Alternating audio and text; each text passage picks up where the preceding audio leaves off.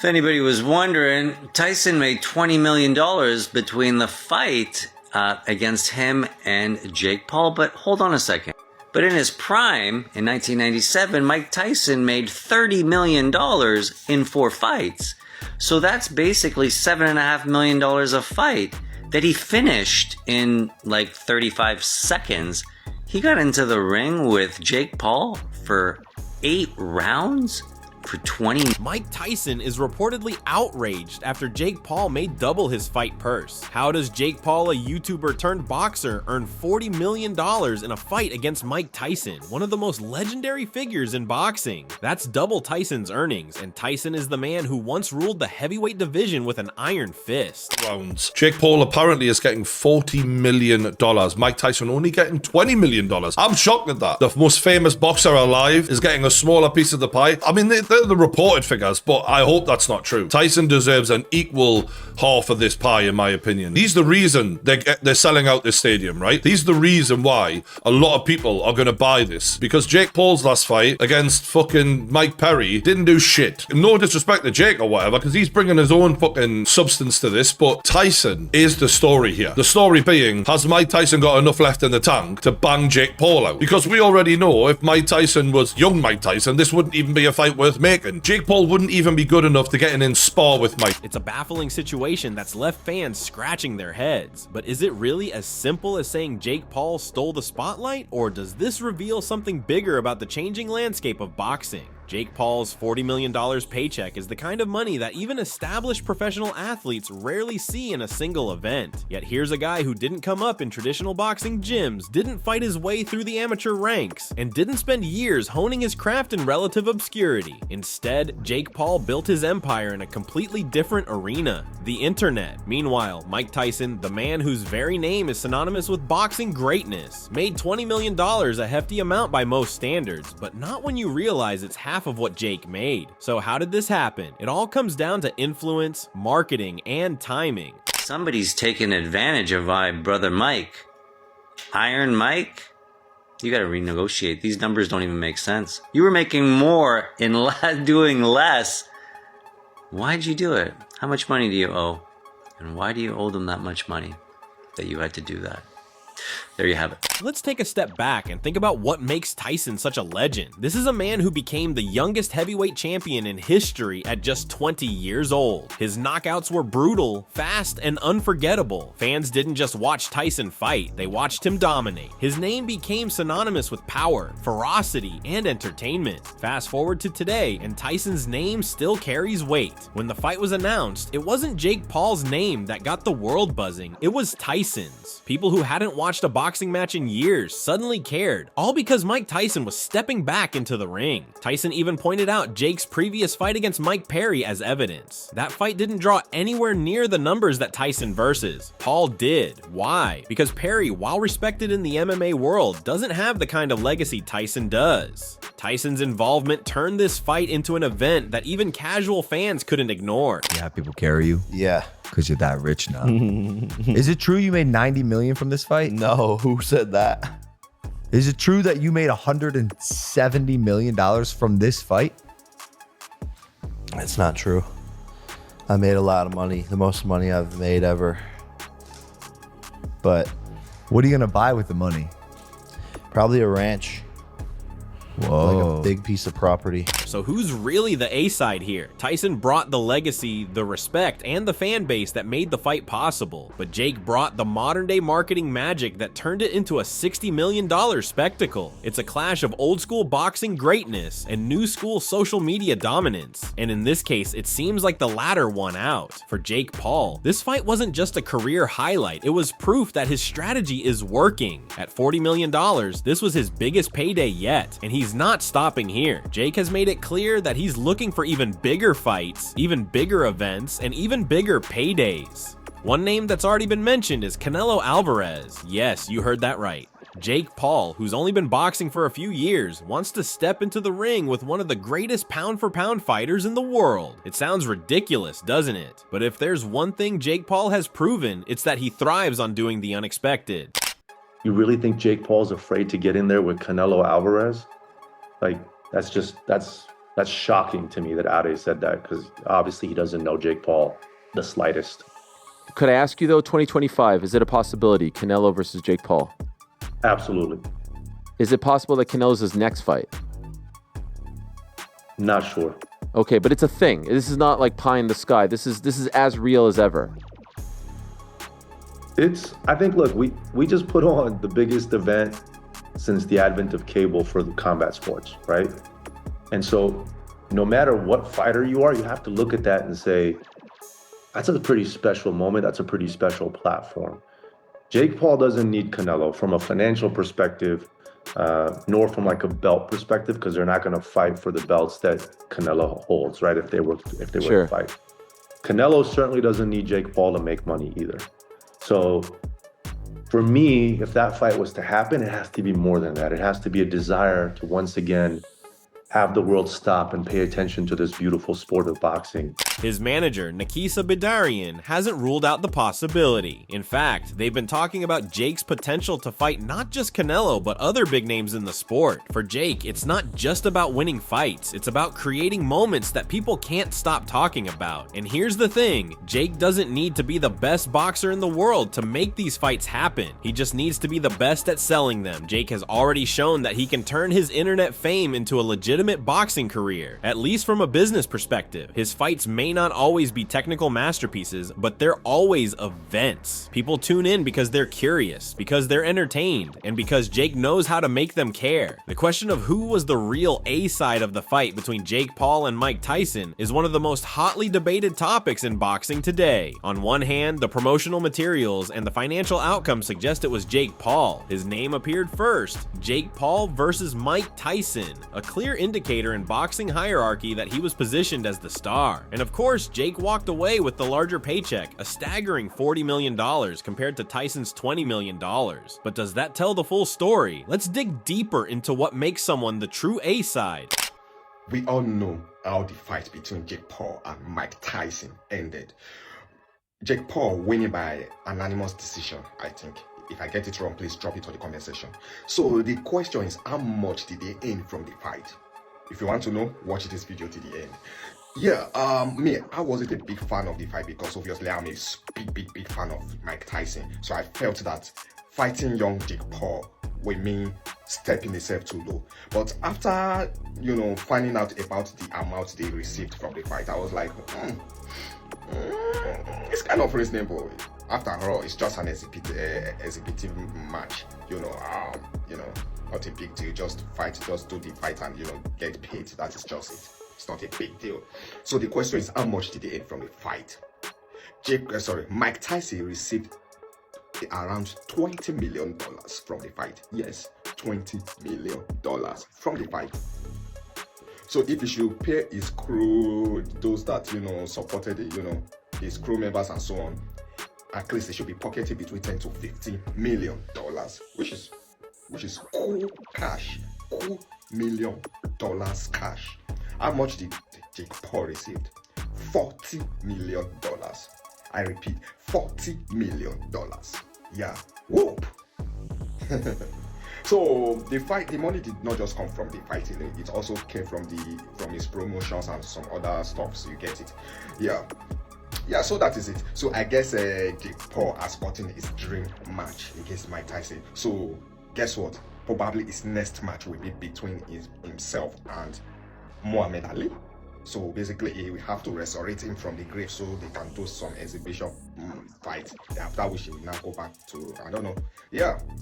So that is it. So yeah, both of them, they even though while lost, at least both of them are going home smiling in their back about their bank account, obviously. Yep. So that is it. So now, who will be Jake Paul's next opponent? I guess we obviously fight retired fighter because he doesn't have the balls to fight professional boxers. You know what I mean? Yeah, obviously it doesn't. And I kind of like his strategy though, looking for retired people, and that's a very good niche. I get it. So who will be his next opponent? Do you know who? If you know, please drop it on the comment section. Who am I? It's just me, Afro Laugh. For Mike Tyson, the answer is simple. He firmly believes he was the real A-side, and it's easy to see why he thinks that. Tyson is a global icon, a name that transcends boxing. Even people who don't follow the sport know who Mike Tyson is. His fights in the late 80s and 90s were cultural events. People tuned in not just to watch boxing, but to witness Tyson's dominance. He was more than a fighter, he was a phenomenon. When the Jake Paul fight was announced, it wasn't Jake's involvement that got traditional sports media buzzing. It was Tyson's. After all, this was Iron Mike stepping back into the ring. For many fans, this fight wasn't about Jake Paul's boxing skills or his YouTube fame. It was about nostalgia. It was about seeing a living legend in action one more time. Tyson's presence brought in older fans, longtime boxing purists, and even casual viewers who had grown up watching his iconic knockouts. Tyson has also pointed to Jake's previous fight against MMA fighter Mike Perry as evidence that he was the real draw. That fight, while successful, didn't achieve anywhere near the same numbers as Jake versus Tyson. The difference? Mike Perry isn't Mike Tyson. Tyson's involvement elevated the event to a level that Jake alone couldn't have reached. In Tyson's view, he was the one bringing the majority of fans to the table. Jake Paul is set to make $40 million from his fight with Mike Tyson. Now let's not be funny, this is an extraordinary amount of money, a massive amount to fight an almost 60-year-old man. However, this is still Mike Tyson. I mean, I would take 40 million to go and get sparked out by Mike Tyson too, to be honest with you. It's a lot of money. I mean, does Jake Paul deserve £40 million? He's getting in there with a legend, yes, he's getting in there with one of the most, if not the most well-known boxer of all time. He's getting in there with a guy who is an absolute animal. Like, let's not get it twisted, Mike Tyson will 100% go in there, and old Iron Mike Tyson will be unleashed, and at least for the first 2 rounds, he's going to be destructive in there. Now let's talk about the rules a little bit. I mean, the rules do favour Jake Paul in my opinion just a bit. 2-minute rounds, 14-ounce gloves, 8 rounds. I think it does favour Jake Paul a little bit. I think in 10-ounce gloves, it might be a little bit more tricky for Jake Paul. 10-ounce gloves with Mike Tyson's fists could go directly through Jake Paul's chin and completely end his career, really.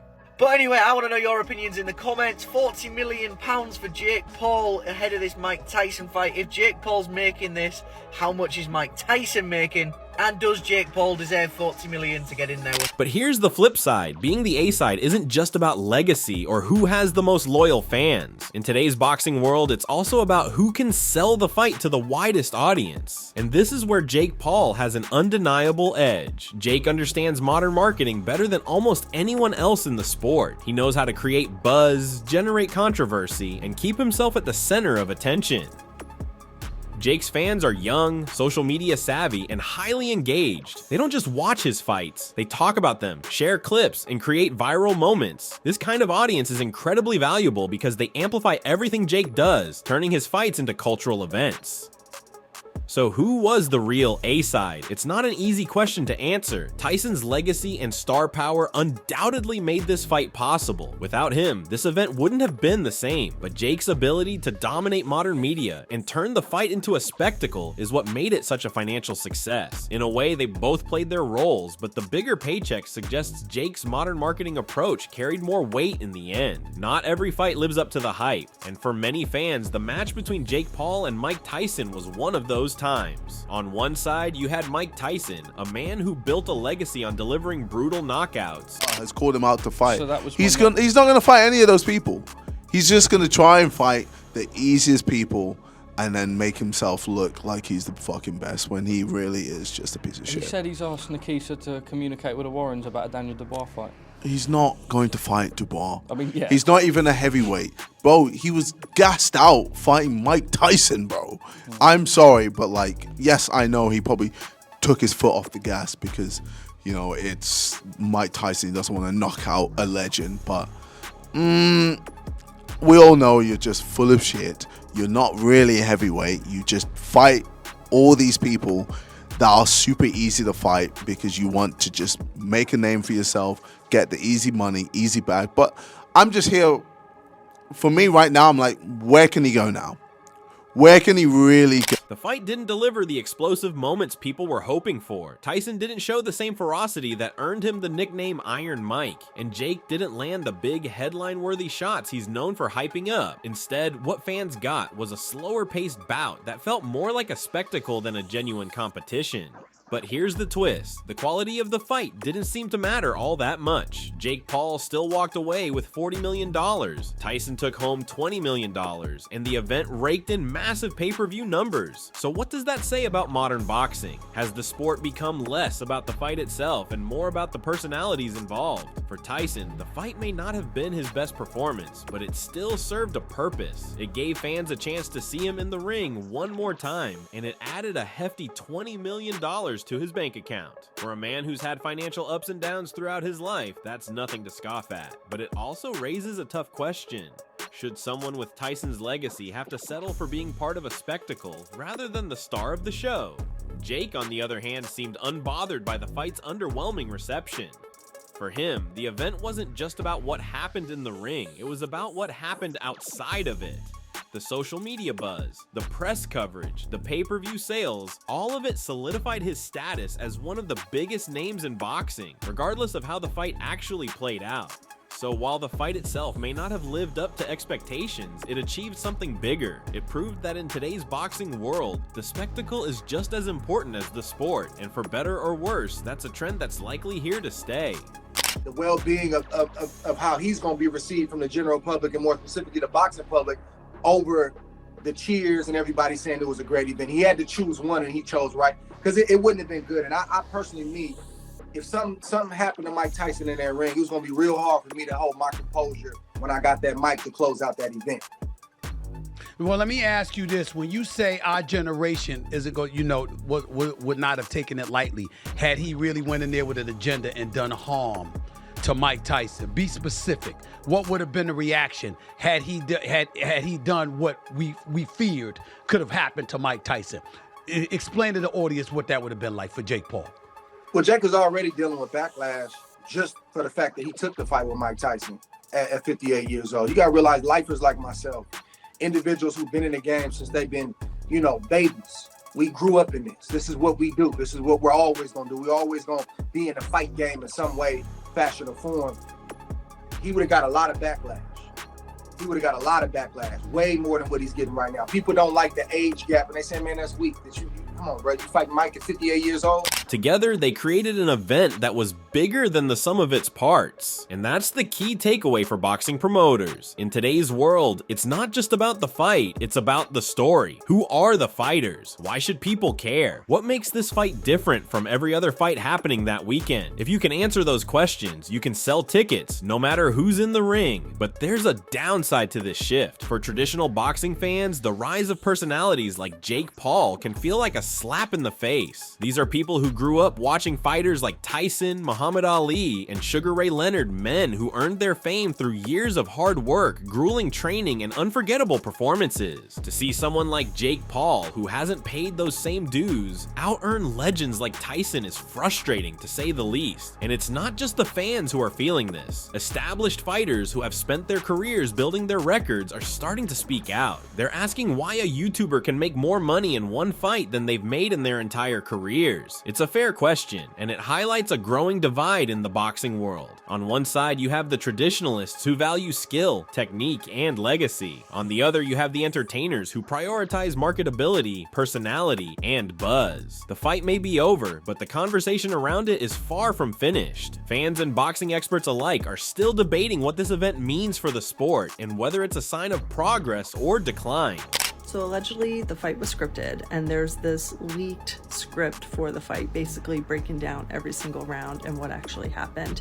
I don't know the validity of this or not, if this is true, but I think if it is, what makes me the most angry is I had a flashback moment to, if you watch the documentary leading up to the fight, the one about Jake Paul and Mike Tyson, when they take Tyson back to his neighborhood, he's walking around and he's interacting with everyone, and how many people were coming up to him and like taking pictures and stuff, and they're like, I got my money on you, Mike. I'm betting all my money on you. I'm gonna make money off you, Mike. And Mike doesn't not say nothing. He's like, yeah, do that. Bet your money. And I'm just like, You're going back to your communities where people are having it hard as hell right now. We all know the financial situations going on in this world right now. And then to put that hope into people, especially if you did know that it was scripted, wouldn't you just stay neutral?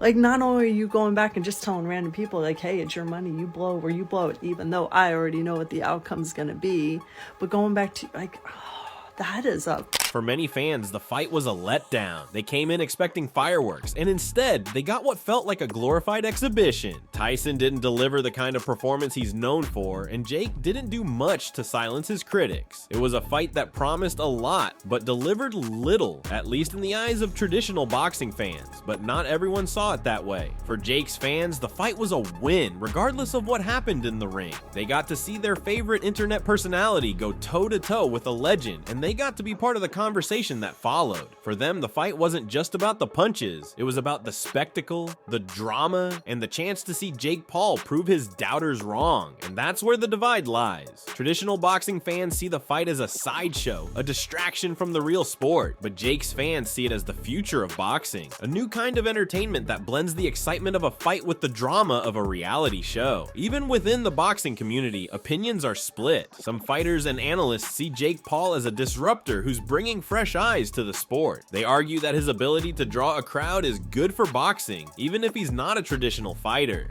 Others, however, see him as a problem, a symbol of everything that's wrong with modern boxing. They worry that the focus on personalities over skill will hurt the sport in the long run, pushing away purists in favor of casual viewers. Is there any scenario where there could be a Francis Ngannou heavyweight boxing match? No. Come on, don't be silly, Steve. You get people are bringing it up though. He did fight in heavyweight. No. Maybe if we put the two Paul brother in the arena and in the cage, lock the cage, and then maybe there's something to do there. Come on, like, respect me a little bit. So what's next for boxing? If the Jake Paul versus Mike Tyson fight is any indication, the sport is at a crossroads. On one hand, you have the rise of social media stars like Jake Paul, who are bringing new fans, new money, and new attention to boxing. On the other hand, you have the traditionalists who want to preserve the integrity of the sport and keep the focus on skill, technique, and legacy. For Jake Paul, the path forward is clear. He's already talking about his next big fight, and he's not shy about aiming high.